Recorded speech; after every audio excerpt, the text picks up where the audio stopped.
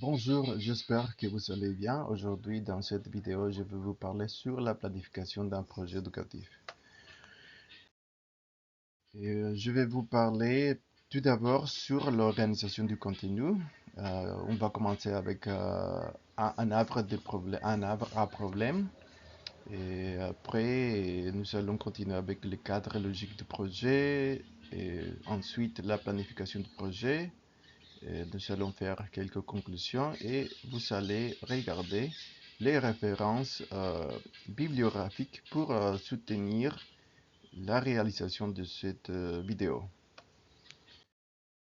Euh, Lorsqu'on va planifier un projet éducatif, il est important de commencer à partir d'une problématique qu'on a identifiée. Normalement, une problématique a différentes causes. Dans ce cas-là, euh, un arbre et un problème va nous servir à identifier quelles sont quelques causes liées à la problématique. Dans ce cas-là, nous avons identifié 6 causes liées au problème principal que c'est la faible expression orale. En français, chez les élèves du lycée Miguel Araya Venegas dans ce cas-là. Par exemple, nous avons ici la peur. Les élèves ont peur d'être jugés ou d'être moqués. Du honte, les élèves ont de la honte de parler parce qu'ils pensent beaucoup à des réactions des autres.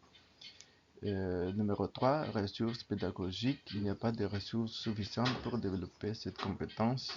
4, la médiation pédagogique, des activités qui ne privilégient pas l'expression orale chez les élèves.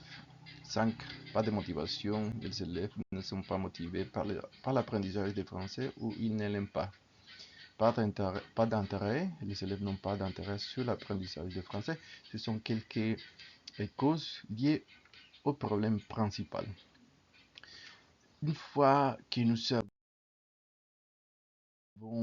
identifié les problèmes et à travers l'arbre à problème, nous allons établir le cadre logique du projet.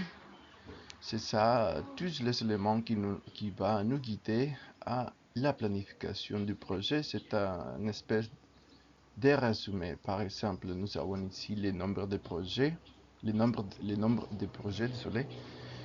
Apprenons l'expression orale avec l'animé. On va partir avec avec cette proposition de projet parce qu'on pense que l'animé est très intéressant chez les élèves.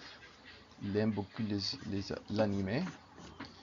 Donc on va s'appuyer désolé, sur ces ressources pour développer euh, une proposition attirante pour améliorer l'expression orale chez les élèves de la 9e année. Ce projet vise à améliorer l'expression orale chez les élèves de la 9e année du lycée Miguel Araya Venegas. Euh, Comme objectif global, nous avons amélioré l'expression orale chez les élèves de la 9e année. L'indicateur, ça serait taux de réussite en expression orale, source de vérification, activité d'évaluation, instrument d'évaluation, un grille d'évaluation. C'est ça, ça va nous aider à vérifier si nous sommes sur le bon chemin ou pas. Des hypothèses, par exemple, pas de disponibilité de la part des élèves pour participer dans les activités. Comme objectif spécifique, numéro 1, nous avons par exemple réduire la peur et la honte de se tromper ou de parler en français. Indicateur, taux de réussite à la participation des élèves dans les activités. Source de vérification, liste de contrôle sur la participation des élèves. Pas de participation suffisante, incapacité à surmonter la honte et la peur. Par exemple, ce sont des hypothèses. Objectif numéro 2, spécifique numéro 2, utiliser des ressources authentiques et pédagogiques innovantes pour le développement de la médiation pédagogique. Et nous avons comme indicateur taux d'utilisation aux ressources authentiques et pédagogiques, liste de contrôle sur la variété des ressources. pas des ressources attirantes et suffisantes. Ce sont des hypothèses. Que vous pouvez regarder ici, c'est les contenus d'un cadre logique. On a aussi défini quelques activités. Par exemple, activité numéro un, je peux briser la glace, sensibilisation sur la signification de l'erreur, activité de participation. Et chacune des activités a aussi un indicateur sur des vérifications et des hypothèses. Et les activités sont en rapport, en relation avec les objectifs. Par exemple, ici nous avons dans l'activité numéro 2, histoire écrite, des personnages, des animés, visionnage d'extraits des animés, choisir un personnage préféré pour le décrire, physiquement et moralement, par exemple. Activité numéro 3 et, raconte des histoires, etc. Les activités sont par rapport, les résultats ce sont par rapport aux activités. On va continuer. Et une fois que nous avons dessiné ou que nous avons établi les cadres logiques, on va programmer les activités à travers d'un chronogramme. Ici, vous pouvez regarder les différentes activités, les semaines, le temps, les objectifs associés, les responsables, etc.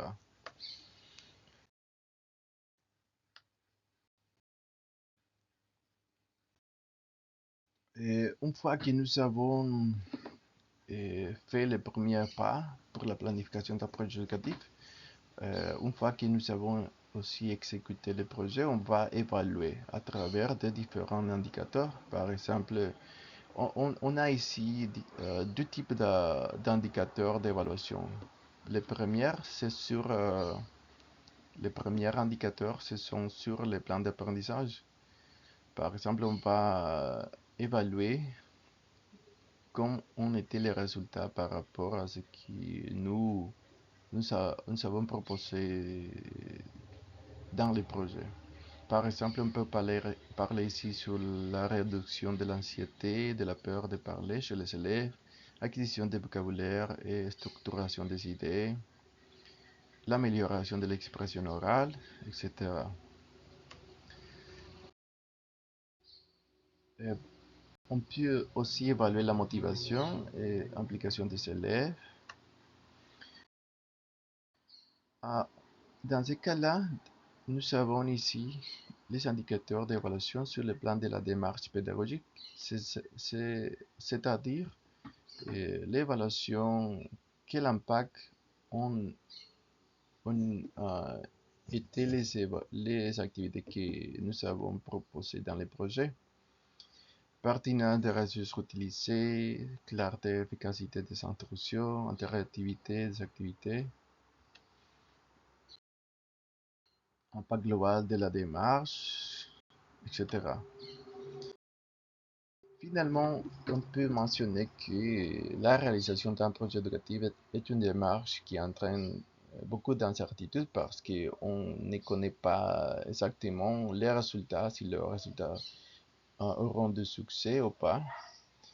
Il est important de profiter du processus tant pour les élèves que pour l'enseignant parce qu'un projet éducatif, il s'agit d'un apprentissage et pendant la réalisation, on n'attend pas un résultat spécifique, mais pendant la réalisation, le processus, euh, l'enseignant et les élèves vont apprendre beaucoup sur la proposition.